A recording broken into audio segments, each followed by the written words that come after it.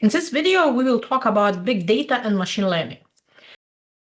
The topic of big data and machine learning is kind of relevant nowadays because we have really huge amount of data, and usually we try to get additional value using different machine learning algorithms.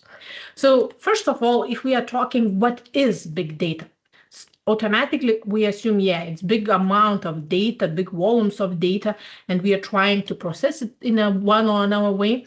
But at the same time, big data definition usually is related to different criteria, characteristics.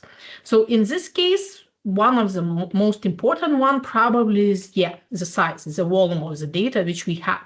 And traditionally, we should have and it's also very difficult to define what is big data. So is it 1 megabyte of data already big data? Probably no.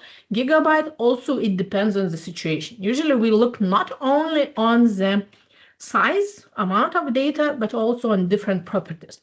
So traditionally, there are 5 properties, 5 V's, which define it should be volume, it should be variety. So variety in this case basically means in most of the cases, we will have different kind of data, not just one kind of, for example, numerical data, but it could be multimodal data, something like this, but not necessary. It's not mandatory characteristics. It could vary on this situation. Another property is the velocity. So basically the speed, like with big data, if we have static data, just store it somewhere, usually we call it big amount of data, but not the big data, because one of the properties is the data should be constantly growing. So if it's growing, so yeah, it becomes big because every time it's increasing and so on. Then there is veracity. So in this case, talking about the veracity, so we should be thinking about, is it really trusted data? So sometimes we have some issue to estimate which of those are real information and which is disinformation, something like this. And in most of the cases, the most important element is the value, like what kind of additional value we can get from the data, some insights, some, I don't know, fast operation, something like this. But as you see, the traditional 5 V's are extended in some cases. So for example, in this image, we can see even more V's, like viscosity, visualization, because we wanted to visualize virality and different elements also starting from V, but defining the properties of big data. So in any case, when we have big data, usually we, as I mentioned, talk about live, fastly growing, big in amount data sources, and we usually need to process it. So how we deal with big data because of those properties? So first of all, in most of the cases, we need some specific storage and management. Just if the amount is huge, so we need additional storage, but not necessarily just storage, because we are not just saving the data. We need to do some kind of a processing and so on. So in those cases, usually we use distributed file systems and distributed computing, data warehouses, NoSQL databases, just because we need to manage the data, how to process it, how to get the value. So in this case, for example, probably the Hadoop distributed file system, such a technologies like Apache Spark could be used, and similar ones which are dedicated specifically to big data. And the purpose in this case, for example, distributed file systems, is to divide the big data into smaller chunks, do parallel computation, and the results could be joined under the request. Or, for example, data warehouses, it could be specifically dedicated data storage systems which are able to process the data, like Snowflake, Google BigQuery, something like this. And NoSQL databases also in most of the cases, not necessarily because there are more different type of databases adapted to big data, but those kind of technologies usually are more often used rather than traditional ones which we use in our computers. Also, another direction is we use batch processing. So basically some kind of pipelines, for example, as in the extract, transform, lead, or map reduce framework to do the computation a little bit different. So it's related partly to the distributed system usage, because if we have multiple systems, so yeah, we need some kind of a different method, or just assume if we have, I don't know, terabytes of information, we cannot load everything into the operational memory because it won't be enough of the memory which we have in it. So we need to use some kind of a dedicated batch processing options to implement the computation management of the data. And also one direction is real time of stream processing. Like, yeah, we can have the stream processing frameworks or the complex event processing, such as Kafka-like messaging systems and similar ones, because there are, as always, different technologies available for more or less the same purposes, which helps us to deal with the data. So in this case, as you see, like, yeah, if we have data, big data, we even use some different technologies to process it. The real ones which we use in daily life not necessarily will work. But when we are talking about machine learning, we have even additional issues, because how the traditional machine learning training process works. So first of all, usually we have some kind of a data set. So what's good with the big data? So yeah, the issue of data probably not necessary, but won't exist. We have the data. So we split the data into at least two parts. Usually it could be training and testing. Sometimes we use even validation, like when we use some kind of a subset of the training data to adjust the parameters as well. So we use the training data to investigate multiple situations, different parameters, and find the best suiting model. So based on it, we will test the results with the test data. And automatically, yeah, this section could be iterative when we adjusting different parameters, testing all the time with the test data, and getting the model and some kind of a ranges, what is the possible accuracy, some kind of accuracy metrics, and we get the final model. So nowadays, the recommendation is even in the testing phase, like creating the model, to use the evaluation phase and test the model, not just with test data, but with some external data, unseen data, just to make sure, yeah, even with a little bit different data, which was not included in our initial data set, we could test it and see what are the possibilities. So what's happening next? So yeah, we also will have the same model, and we will use the external data as our input to get the prediction. So in this case, it's some kind of a clear. We use data to train the model. So what's happening when we have big data? So with the big data, we have some advantages as well as additional concerns. So talking about the advantages, for example, also coming back into the five V's principle. So volume. If we have huge amount of data, so it's kind of an advantage, because we can do different sampling techniques. For example, just reduce the size of the data set to select the most appropriate for us. We have like big flexibility to choose from because the data set is big. But as I mentioned, it's not necessarily will be true all the time, because sometimes I have huge amount of data, but no features which are needed for my model. So we are eliminating this situation, but just counting if the data structure, the data itself is suitable for the machine learning method.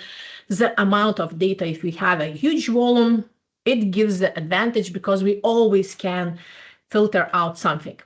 When we are talking about the variety of data, so also, if we have multimodal data, if we have different kind of data which could be combined, it gives additional value, because it will allow us to do the feature engineering to select only the features which are more relevant to our task, and it potentially will increase the model accuracy. But at the same time, if we have different data, we have to spend additional effort to understand how the data is related, how I could join, how to aggregate the data to have one common database. If it's multimodal, maybe I will need to use multiple models, like one for one type of data, another for another type of data, and then do some kind of assembly to connect those and so on. So it's both could be advantage and additional effort, probably not a concern, but additional effort to utilize it correctly. When we are talking about velocity, so in this case, there is one important thing, like It depends on the situation, but there might be such a situation when our data is changing constantly. For example, if I will do some kind of, I don't know, society opinion prediction. So it changes all the time. So if I had some patterns 1 year ago, it not necessarily will apply nowadays. So even if I have a huge amount of data, if I train the model with 1 year data, and I will be using for the next year and the next year and so on, there might be some constant drift. So what it means, like during the time, the labeling of the data, the look at the same data changes. So the model might be not accurate anymore, or maybe even my data changed a little bit. And for example, now, I don't know, society is not posting text articles anymore. They are posting more blog articles of different format, or video records and so on. So the data is changing. So it means all the time we need to retrain the model. So automatically, if the data flow is very fast, so there is a chance we should be checking all the time, is the constant drift relevant now at this point or no? And if it is, we should retrain the model, tune up something like this. When we are talking about verification, so also like it could be advantage, because if we have huge amount of data, we have more samples to determine is it realistic, accurate data or no, rather than having just, for example, 2 records and there is no option how to test its accuracy. And at the same time, it gives more place for some kind of data poisoning actions. So what I mean by this, so if the data flow is relatively small, there might be some manual revision or some kind of indicators to say, yes, this is suspicious. This shouldn't be happening like this, something like this. If the data flow is huge, so also we should probably apply some kind of a mechanisms to automate it, or otherwise we will lose those data poisoning, for example, actions when we try to embed incorrect data and try to change the model's behavior in the huge amount of data by adding some unrealistic ones. And coming back to the last one, like the value, usually with machine learning, we are adding the value. Like when we are building accurate model, but maybe we, from the same data, we even will be able to build multiple models and get better automation, better insights, pattern recognition, something like this. We add value to the data. Data itself is not worth so much as the information which we get from the process. And when I was talking about the issues, like which concerns which may arise just because we are talking about big data, not just traditional one. So also there are some situations, some mechanisms, technologies which could be used for dealing with those. Because all the time, like if we have a challenge, usually there comes some kind of a solution. So in big data, machine learning situation, usually it's more like technical solution. So what we can do. So if we have a huge volume of data, one of the simplest situations when we need to train the model, because now we are talking more about training rather than application, because application, it's not so complicated. Like if we already have the training, we could use. So it's not so different than in the traditional non-big data situation. So the simplest option probably is just data sampling. So we are not taking all the data for model training. We just select some defined, I don't know, random elements from it, some smaller proportions, so we're reducing the data to train the model. So this one probably, as I mentioned, is the easiest way. Another solution is usage of some specialized hardware. So we use GPUs, TensorFlow processing units, some specialized chips, something like this, to accelerate the performance. So in this case, also when we are talking about the large language models, so yeah, it's also related to the big data because we had a huge amount of records for different languages. Also why it could be big data, like large language models have huge amount of tokens, let's call it like this, which are taken into account. So there are big amount of parameters we should be taking into account, as well as big number of rows. So in most of the cases, they are using some specialized hardware just to make sure there are enough resources to train the model, something like this. And one type of those is like distributed computing. I mentioned it before, like even for data storage, sometimes, and simple processing, not just machine learning, we use different architectures adopted to utilizing different nodes in the network and exchanging the data between those. So in distributed computing, there are some solutions also dedicated specifically for model training when we have multiple nodes and just divide it. And something similar, it's not going directly, but going here. So when we divide the model training in the different nodes, it could be called federated learning. So the principle of federated learning is like all the nodes which we have, just assume 100 of those, I don't know, any number, like they are working separately, creating 100 separate models. And later, when we need, we can combine those models into one. It's not like the purpose with the distributed computing is all those, let's say the same 100 nodes, are working together, create one model. Meanwhile, with the federated learning, they're creating the individual models. But later, when we are using it, especially it's relevant in Internet of Things situations, when we have even small devices, not like opposite to big data, they could create their own model, which will prevent revealing some personal data, sensitive data. And then they will be sharing not the data to train the centralized model, just those separate models, which could be later joined like as a one model, even without knowing the real data which was used to train. And in this case, when we are talking about federated, so also one option is incremental or online learning. Like, yeah, also there exists some even specialized methods which could be trained. Like when we are not training the model from scratch, we are just like tuning up the model by adding some additional data to, let's call, upskill the model, adding additional insights and adjusting the parameters to work as it needed.